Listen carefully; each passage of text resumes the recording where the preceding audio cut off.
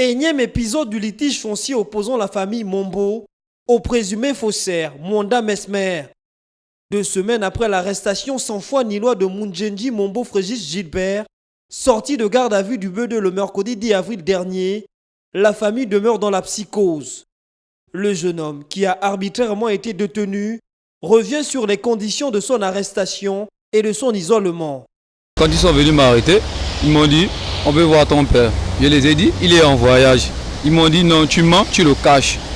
J'ai dit « non, il est en voyage ». Ils m'ont dit « non, tu mens, tu le caches ». Ils m'ont pris, ils m'ont amené. J'ai fait pratiquement 2 semaines enfermé au B2.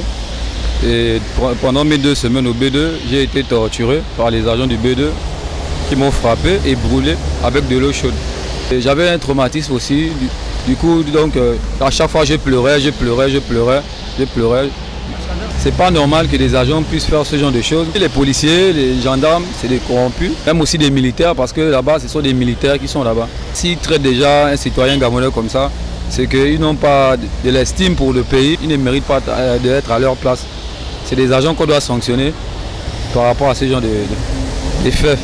Après la libération du fils Mombo, le faussaire Mwanda Mesmer s'en est pris à son père, qui se retrouve actuellement détenu dans les locaux du B2, après plusieurs menaces proférées à l'endroit de sa compagne, qui s'est vue menacée et intimidée par les agents pour la signature forcée d'un document qui rend coupable son conjoint.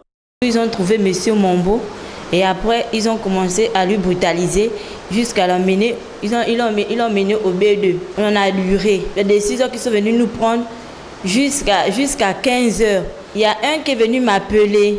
Quand il est venu m'appeler, il a commencé à me menacer. Il m'a posé dans une petite chambre. Il a commencé à me menacer. Que non, tu dois tout dire. Ce qu'on va te demander, tu dis oui. Tu ne dois pas parler ce que tu dois pas parler ce que tu dois parler. Tu dois parler ce qu'on te demande de dire. Ils m'ont demandé ensuite de signer le papier. C'est vrai que j'ai dit, mais je ne peux pas signer. Papa, non, tu n'as ferme, tu n'as rien à dire. Ils m'ont appuyé le cou, ils m'ont étranglé, ils m'ont menacé, ils m'ont prémédité. Non, si tu ne dis pas tout ça, si tu ne réponds pas ce qu'on te demande de répondre, tu verras ce qu'on va te faire, on va t'enfermer. Quand je lis, ils ont écrit la partie d'où ils ont dit que j'ai attaché M. Mesmer. Que M. Mesmer, les agents ont attaché M. Mesmer. M. Mesmer était même lorsque ces agents étaient en train de me menacer. Il ne disait rien. Il était là, il riait. Mon mari, actuellement, ils l'ont attrapé, il est là-bas au B2. Triste réalité pour la famille Mombo, victime d'un abus de pouvoir orchestré par Mwanda Mesmer, réputé pour la vente illégale de terrain dans la commune d'Akonda.